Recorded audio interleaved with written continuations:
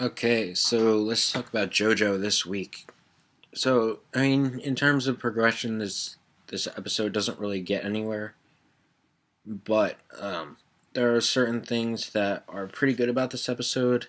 Some things I don't like as much, and I guess let's get into it. So, yeah, in terms of plot progression, there's not much. They're still in the same building they were at in the very beginning, and they still haven't found anything about the house or the mansion that Dio's in.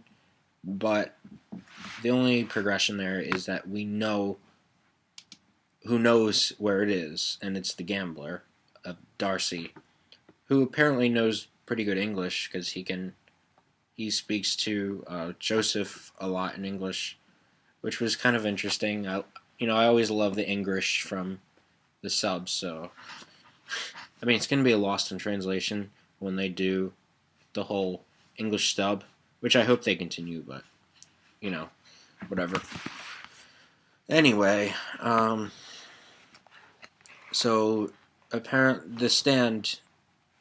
I don't remember what the stand is called for Darcy, but it can take away the soul of somebody who loses a bet with him. I don't remember the exact explanation, but basically, if you lose a bet with him, he can take your soul, and he ends up taking Polnareff's soul and Joseph's soul. Now, with Polnareff, he simply had his cat. I mean, do as he wanted. And then with Joseph, they both cheated. So you can't even be mad at him, but at the same time, it's still like fuck. Because it's just Joseph, man. Like if you're a JoJo fan up until this point, you probably have some kind of connection with Joseph and some kind of like emotional connection with him, I guess. Because, he's part two's main character and he was such a great main character for part two.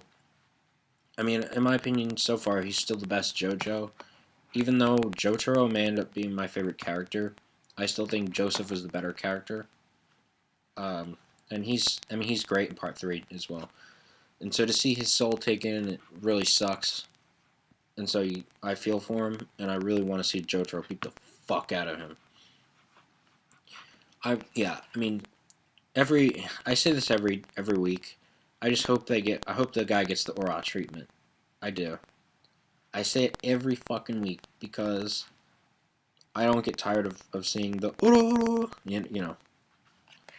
I don't get tired of it. It's so good, especially with Daisuke Ono, who's arguably my favorite Japanese voice actor or Seiyu, whatever.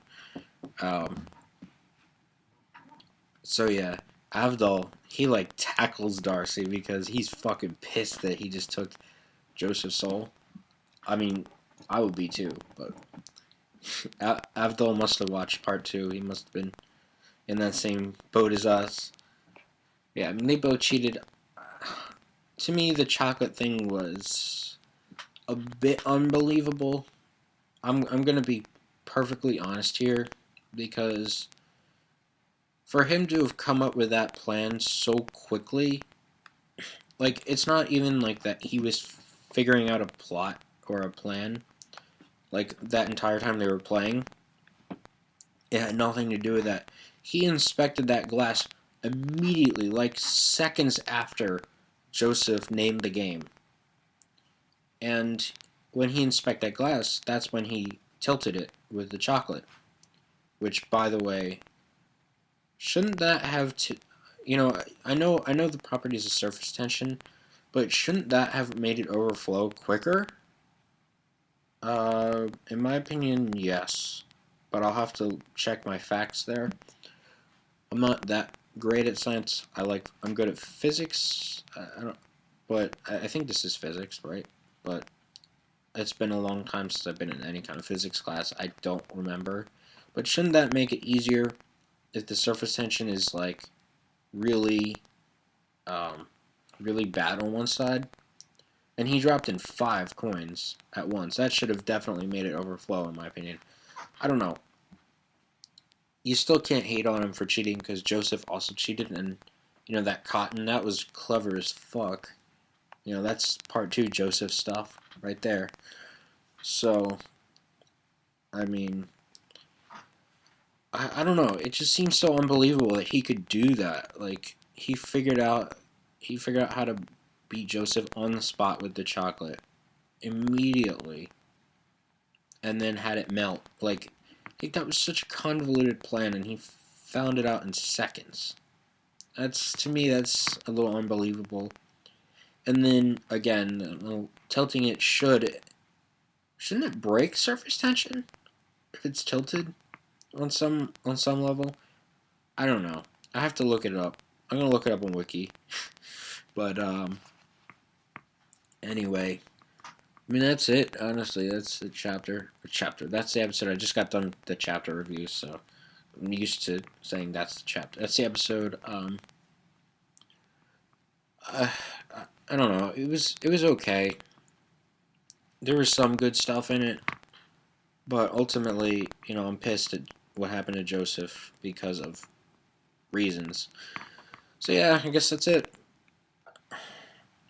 Yeah, honestly, after looking it over, this is a separate recording, by the way, if you can't tell.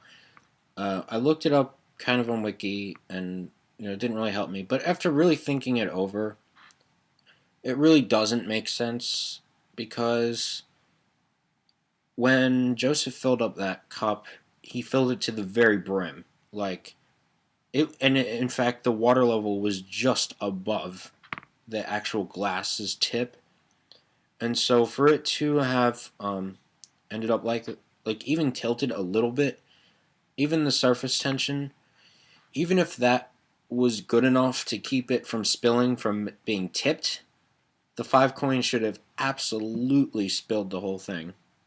There's no honestly there's absolutely no explanation for that. No good unless unless somebody out there, I know JoJo gets some of the most viewers on our podcast. So if there are any of you guys out there who are expert on physics, I mean if you happen to give me a good explanation, I mean I'll accept it obviously. But honestly, just after mulling it over just a couple minutes, it really doesn't make sense to me at all. It really should have spilled. So, yeah.